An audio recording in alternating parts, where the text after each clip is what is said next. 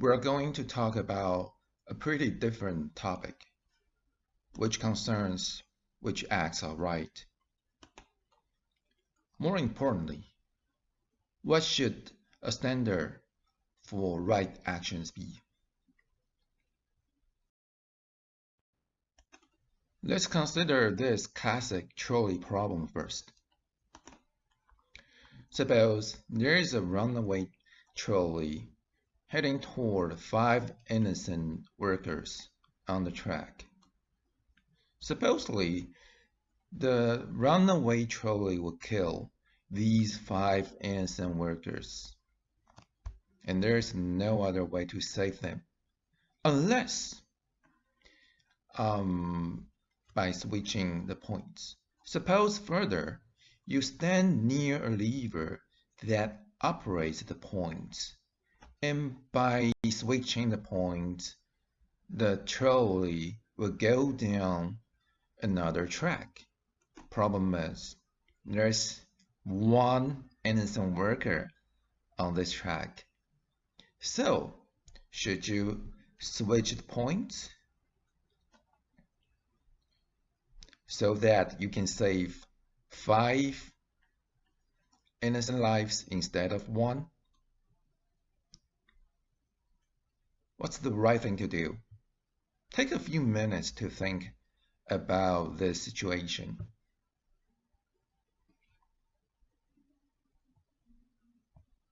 Well, a lot of people would choose saving 5 instead of 1, since that's the best outcome possible. And in this case, you are thinking in the way of utilitarianism.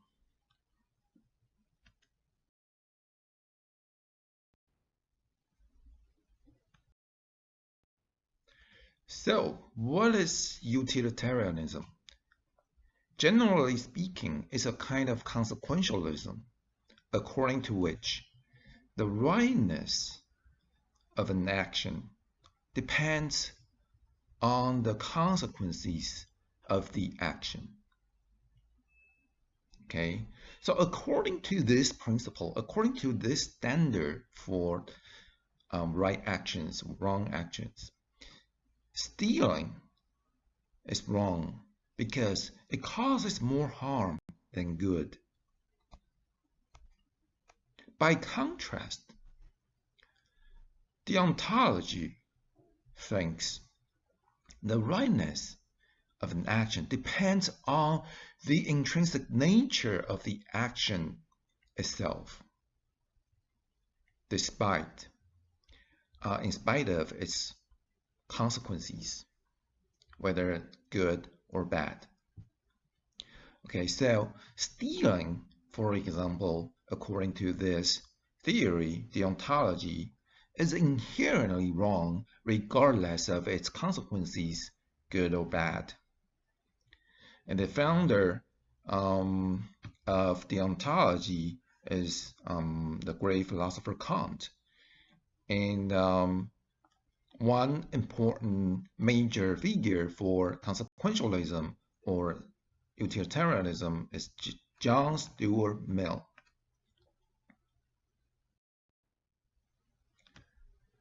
So what is utilitarianism according to John Stuart Mill? Well, so basically the idea is that the foundation of morals, the foundation of morality, the foundation of the rightness of actions is the greatest happiness principle. According to this principle, actions are right in proportion as they tend to promote happiness, wrong as they tend to produce the reverse of happiness. So the next question is naturally that what is happiness, right? What do we mean by happiness? Well, according to Mill, happiness is pleasure and the absence of pain. But still, what is pleasure, right? So by pleasure, what do we mean? What's the content of pleasure? So much more to be said about what things it includes in the ideas of pain and pleasure, right? But in any way, pleasure, according to this utilitarianism, is the only thing desirable as ends. And all desirable things are desirable either for the pleasure inherent in themselves or as a means to the promotion of pleasure and the prevention of pain. Okay, so although there's much more to be said about what's the content of pleasure, pleasure is the only thing desirable as ends. It's not something as a means, okay?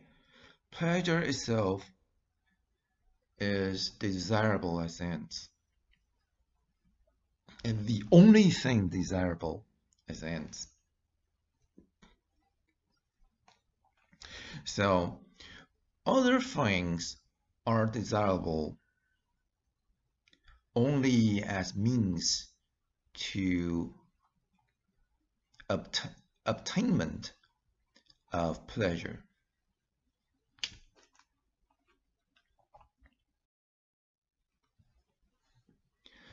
Now, so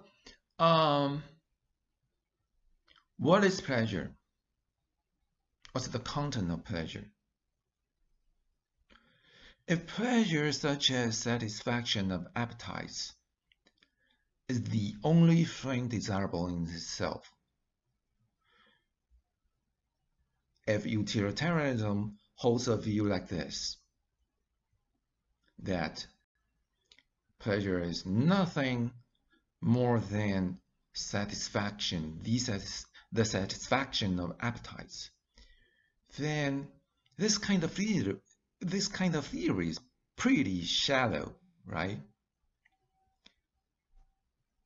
If in such case, utilitarianism is just a doctrine worthy only of swine.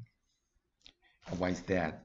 Supposedly swine, all swine concern is just satisfaction of appetites.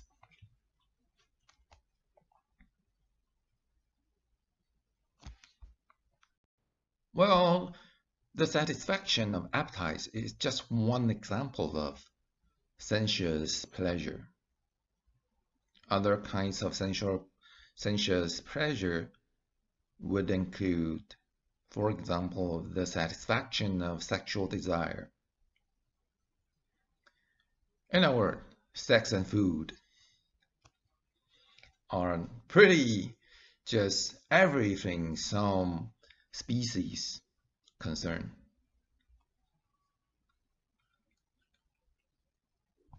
So, if utilitarianism holds that the morality of action depends on promotion of pleasures, and pleasure is nothing but satisfaction of food and sex, then we as human beings are no different from certain species like swines. And in that case, utilitarianism is apparently wrong.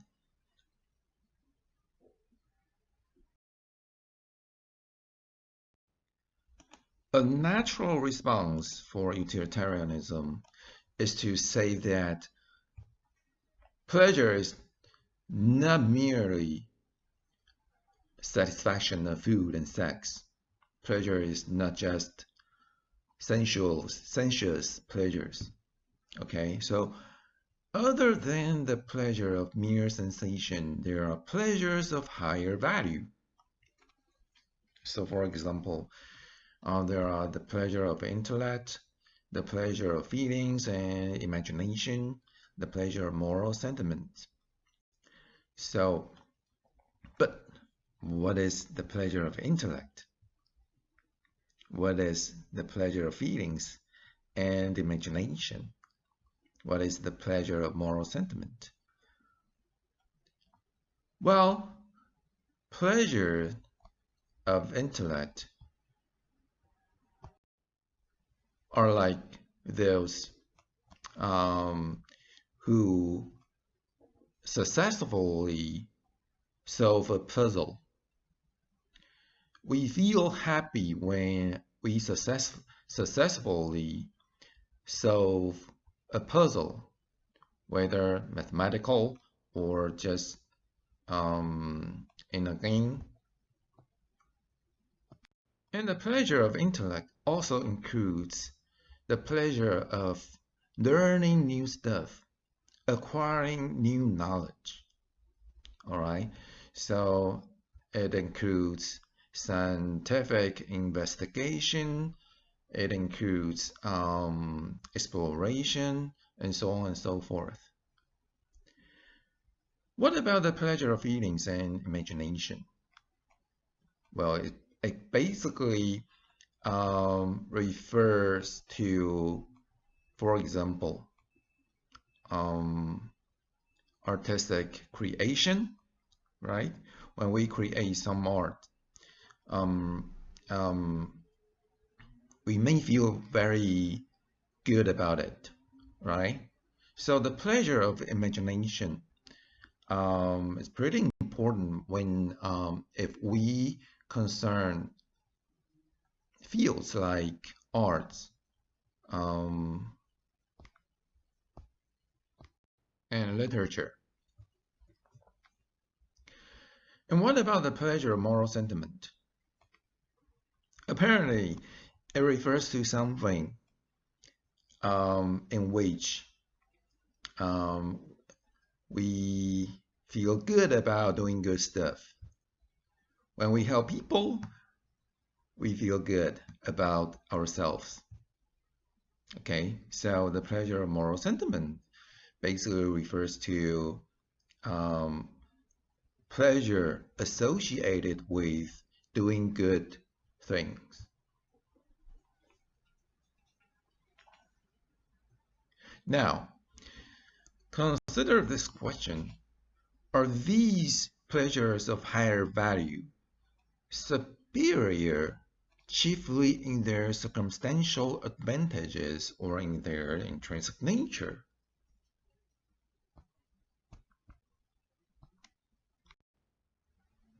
In other words, are there really such pleasures of higher value? Are there such pleasures independent of sensuous pleasures? If not, then these pleasures of higher value may be just a means to an end. What end? Sensuous pleasures. All right. So these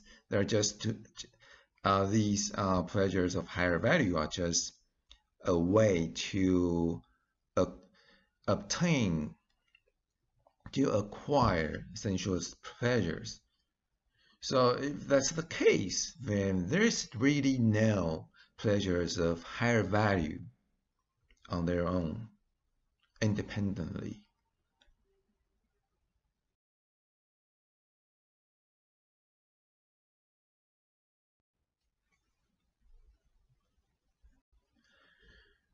Why is this question important? Why are superior pleasures so important? Because superior pleasures allow utilitarian to provide a positive account of morality. A negative account of morality would consider morality as a means to avoid undesirable consequences. Okay. But a positive account of morality would consider morality as a means to pursue desirable consequences.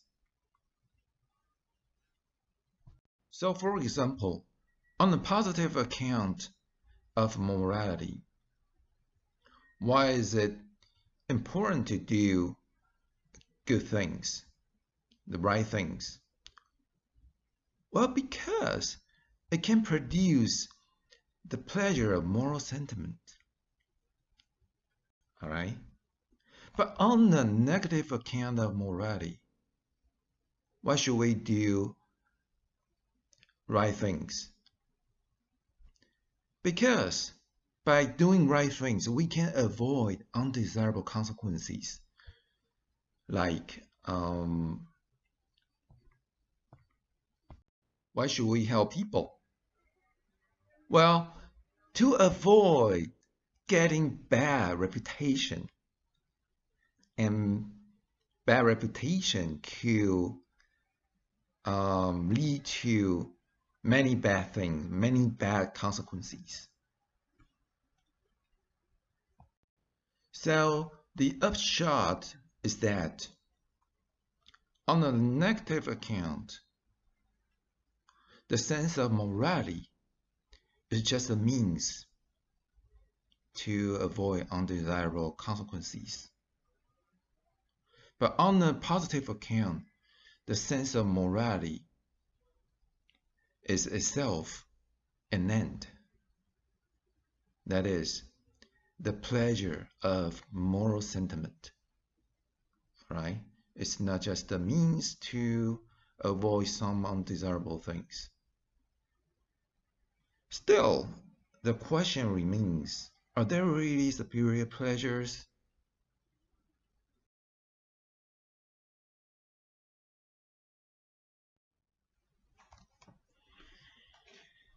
So, Mill offers a thought experiment in which there are two options. One option is to be Socrates dissatisfied. The other is to be a pig satisfied. So, more specifically,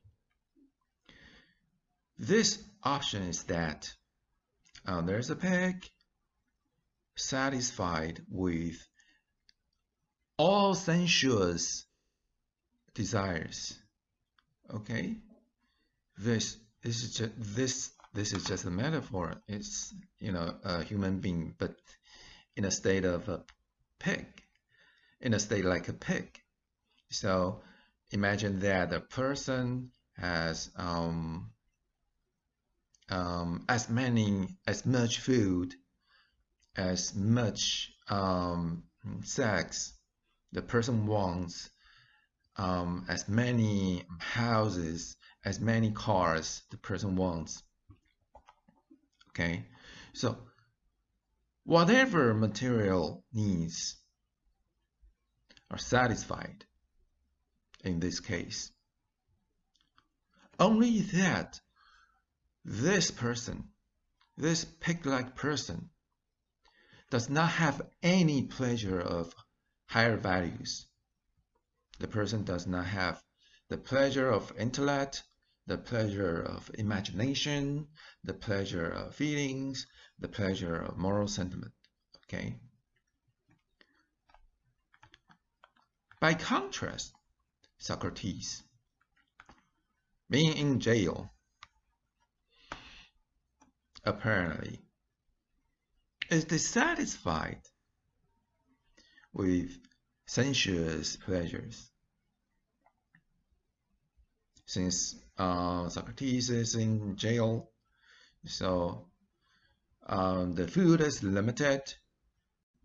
Of course, there is no sex for him, and the living conditions are bad, and so on and so forth.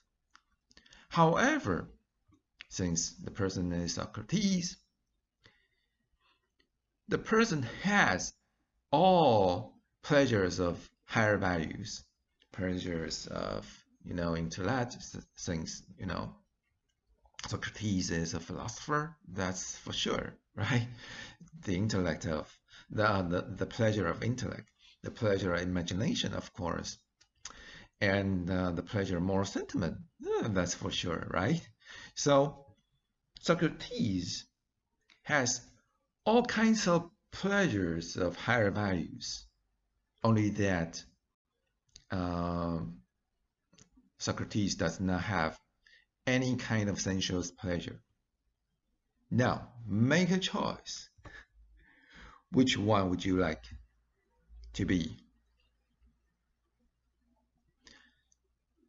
I believe many of you would choose to be Socrates. And in that case, the reason would be that there are some kind of pleasures that are superior than pleasures of sensory, the sensuous pleasures, right?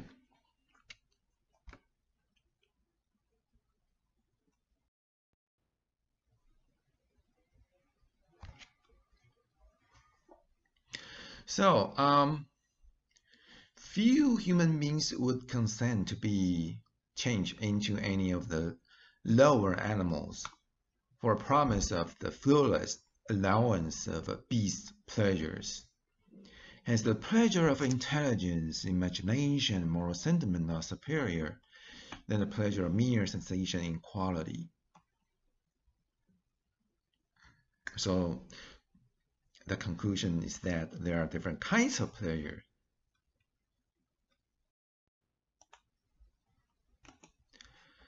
Even if it may possibly be doubted whether a noble person is always the happier for its nobleness, there can be no doubt that it makes other people happier, so to speak, in the previous thought experiment. Even if many of you would choose to be a pig-like person, there is no doubt you may also at the same time want other people to be a noble person. Why? Because being noble may not bring happiness, may not produce pleasure for them. But there is no doubt that noble people can make other people happier, right? And the utilitarian standard is not the agent's own greatest happiness, but the greatest amount of happiness of a society altogether. So utilitarianism is still right. All right, utilitarianism does not merely concern one agent's own greatest happiness, but the society's greatest happiness. So it's the right thing to do to, let's say, sacrifice a noble person's happiness to bring more happiness for the rest of the society.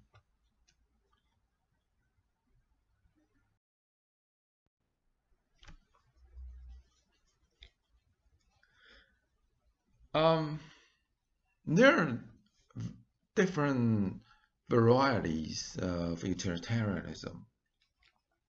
According to one distinction, there are ad-utilitarianism versus rule utilitarianism. According to ad-utilitarianism, the rightness of a particular action depends on its consequence for the society. By contrast, rule utilitarianism is the view according to which the rightness of a particular action depends only on its falling under a certain rule.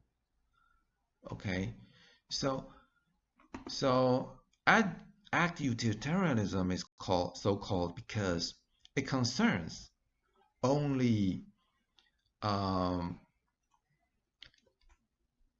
particular action one by one.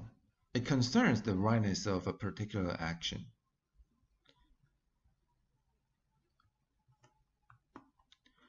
And Whereas rule utilitarian concerns a the rightness of a kind of actions.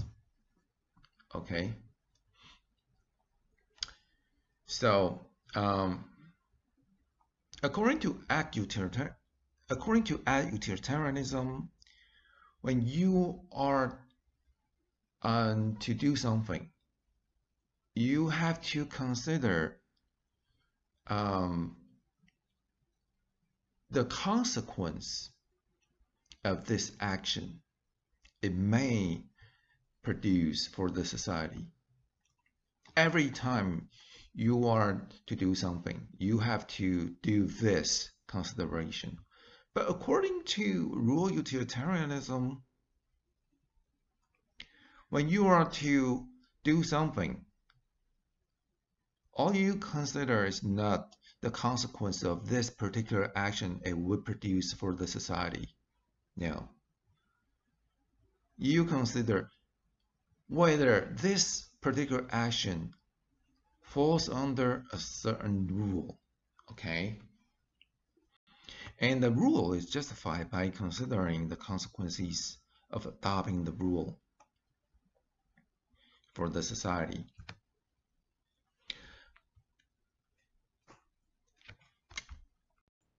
So telling a lie when your partner asks you whether he or she is beautiful today may be justified according to utilitarianism because by telling a lie, your partner, your girlfriend or boyfriend may be very happy and no one else would be unhappy. Okay? But according to raw utilitarianism, you should not tell a lie when your girlfriend or boyfriend asks you if he or she is beautiful today. Why not? Because at least in our society or in many societies, telling a lie is forbidden. Telling a lie is not the right thing to do as a general rule, right? And since we have this kind of rule in our society, the rule that we should not tell a lie. Telling a lie in a specific situation is wrong. And how is that kind of rule justified? Well, the rule of not telling a lie is justified because the consequences of adopting this rule by our society will produce the greatest happiness, the greatest advantage for our society. All right? Instead of not having this kind of rule, apparently. Obviously, utilitarianism is more flexible since every particular action may be justified in a particular situation. But you may think utilitarianism is counterintuitive because it's not the case we always consider the consequences of our actions when we act, right? It's just not practical. So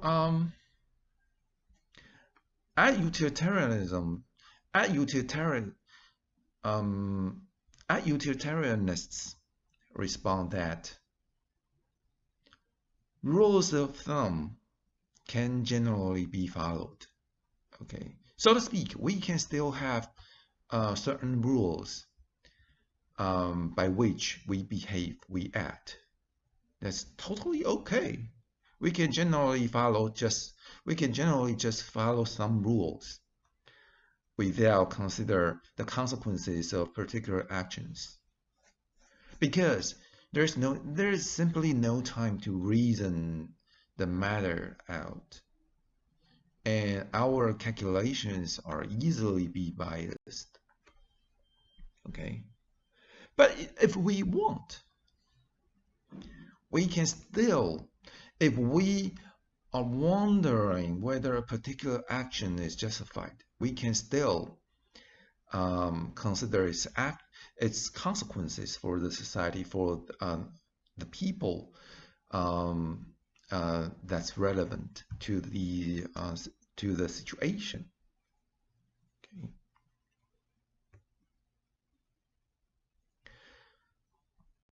On the other hand, rural utilitarianism may seem to lack flexibility,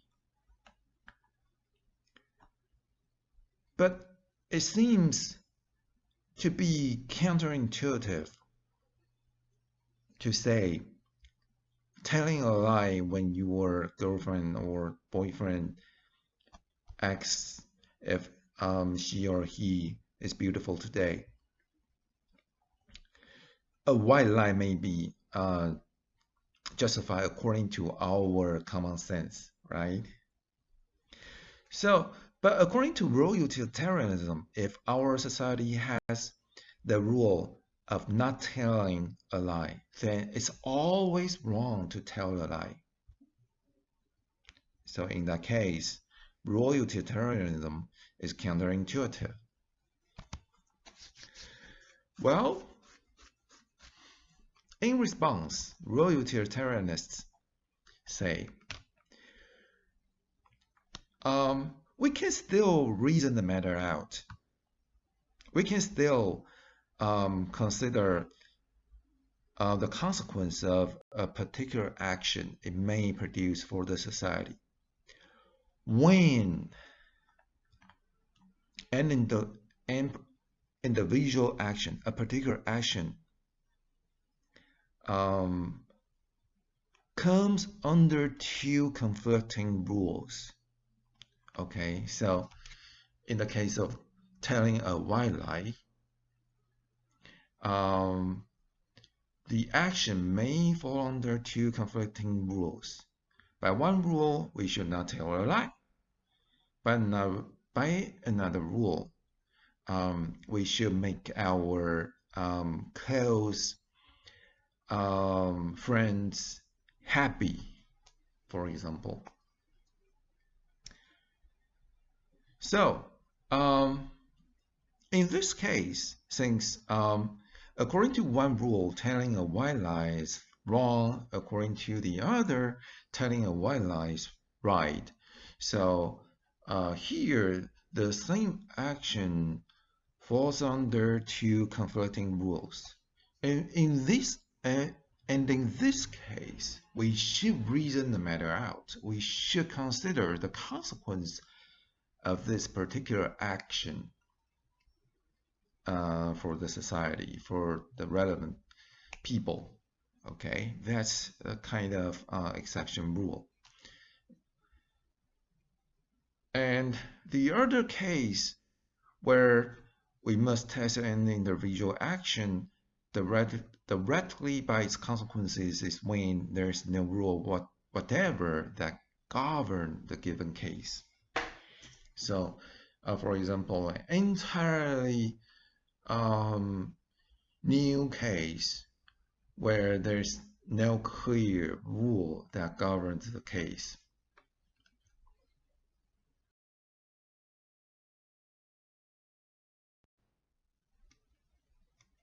Okay, this is what I said. A particular line may be justified by utilitarianism, and line is not right according to is always wrong according to rural utilitarianism as long as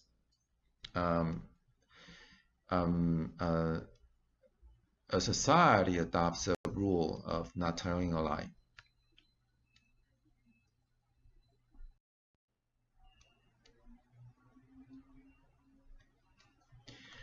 Now, we can further consider this case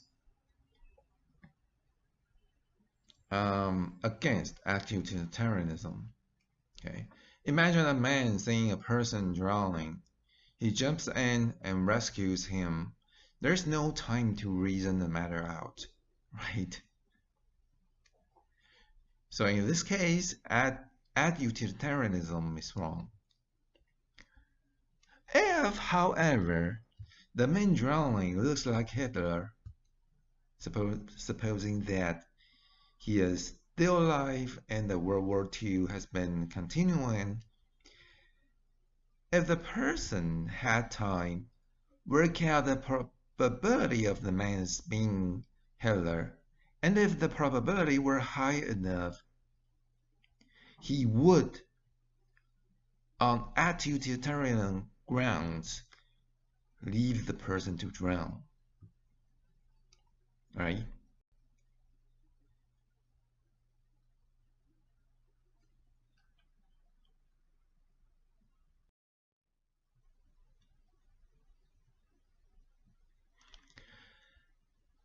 On the other hand, there are examples against rural utilitarianisms. If we have worked out the consequences and if we have perfect faith in the impartiality of our calculations, and if we know that in this instance to break the rule will have better results than to keep it, should we nevertheless obey the rule?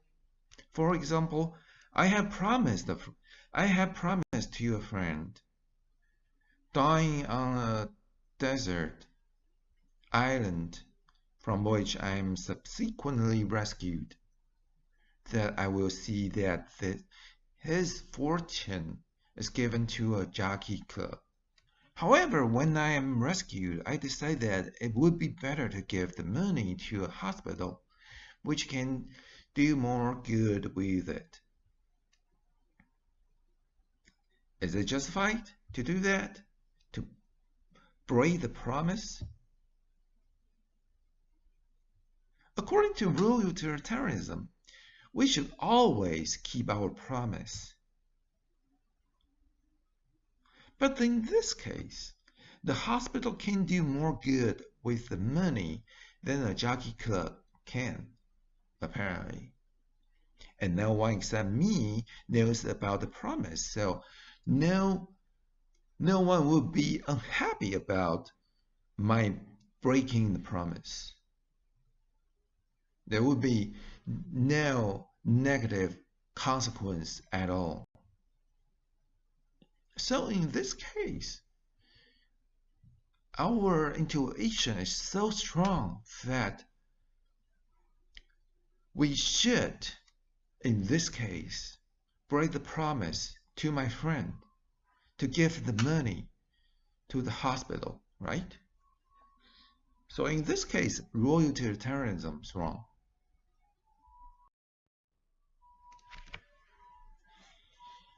Anyway, here's another distinction of utilitarianisms.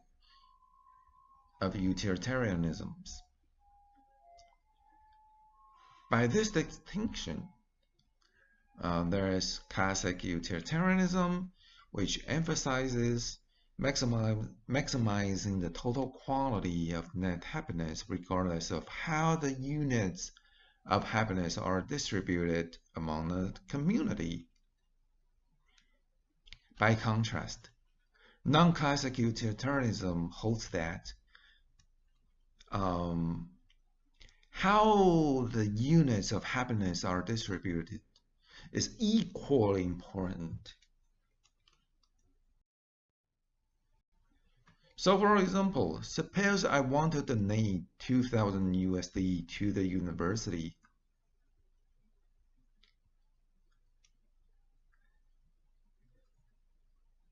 Now we have two options. The first is that everyone in the university gets only $1. And second, only one student gets the whole of 2,000 US dollars. Now, which one can produce greater happiness for the university? Well, apparently,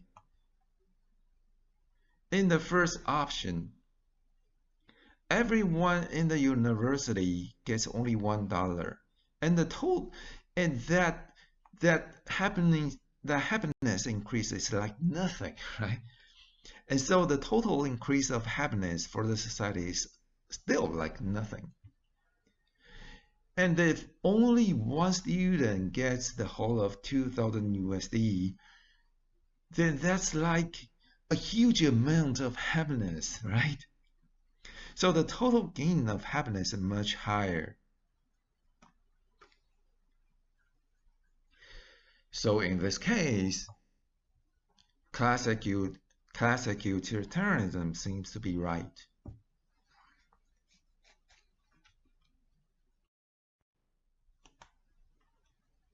Many people think that utilitarianism is a kind of selfish view because it concerns only one's happiness.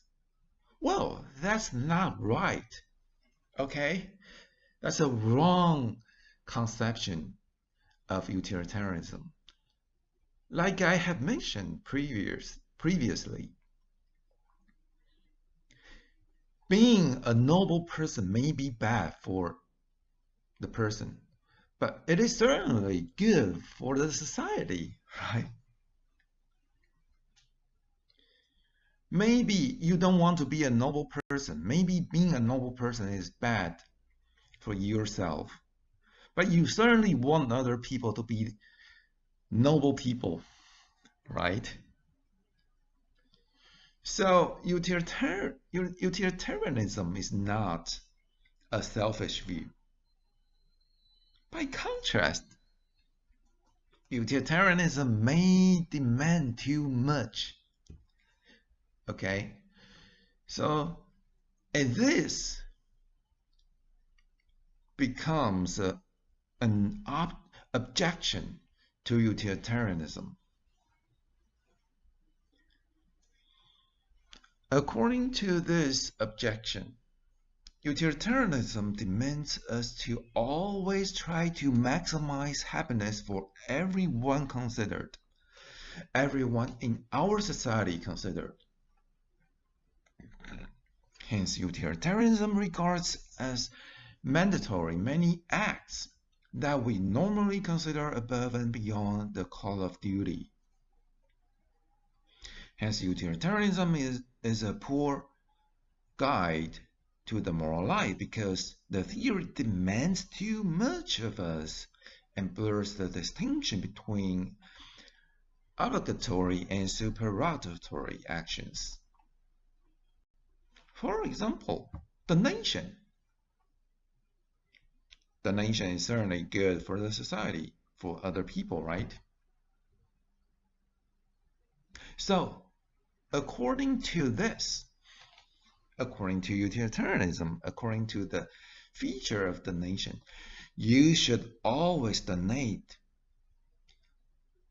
how much money you don't actually need for your basic needs. So for example, instead of spend your say 10,000 NT dollars and buying a new iPhone, you should donate that 10,000 NT dollars to a hospital, for example, to the university, right? Because buying a new iPhone may produce just a slight amount of happiness, a slight increase of happiness for yourself. But that money may mean much more for people who really need it, right? So according to utilitarianism, you should always donate your resources that you don't need for your basic living. And that demands too much, according to our common sense.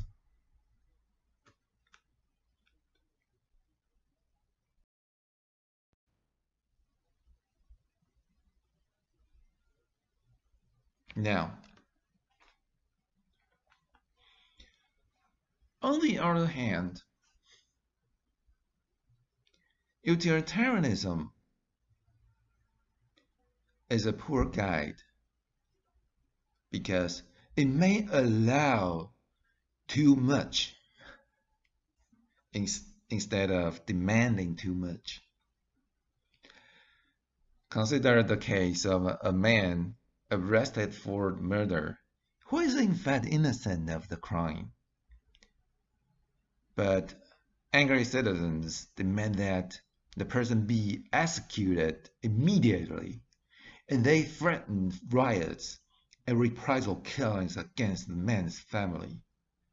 Now, the local police chief knows that by executing the man, the overall happiness of the people would be increased far more than if the man got a fair trial.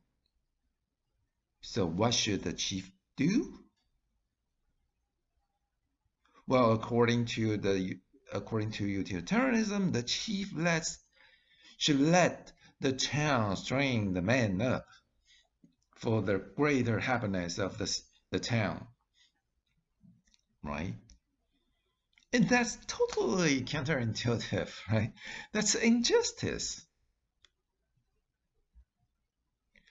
So in this case shows that utilitarianism allows too much unjust actions.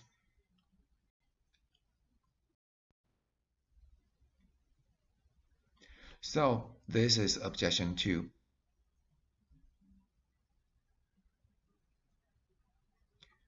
That is, according to this objection,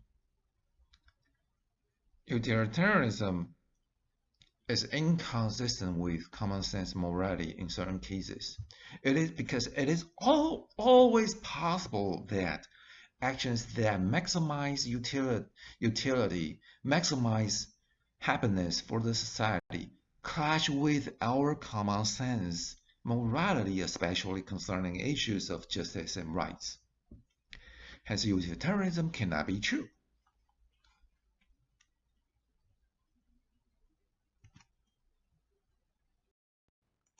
All right, so that's pretty much for the lecture this week. Here's the discussion topic for the week. Consider this case. Your best friend is about to get married with a woman he has loved so much. The ceremony will be performed in 1 hour, but you have seen just before coming to the wedding that your friend's fiancée has been having an affair. And your friend's fiancée regrets so much that she swears to you she will never cheat again. If your friend marries this woman, she's unlikely to cheat again. That's for sure, okay? Let's just suppose that. Let's just manipulate that. She will never cheat again.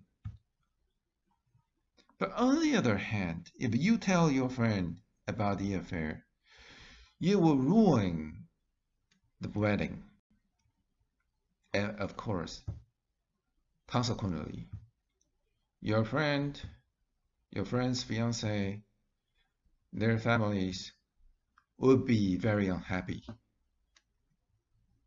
Now, would you or would you not tell your friend of the affair? According to utilitarianism, okay? What would utilitarianism urge us to do? Explain why. Remember, this is an open question, okay? So you may think, According to utilitarianism, we should tell the truth. You may choose another position, the other position, according to which we should not tell the truth. The job is to explain why, according to utilitarianism. Okay?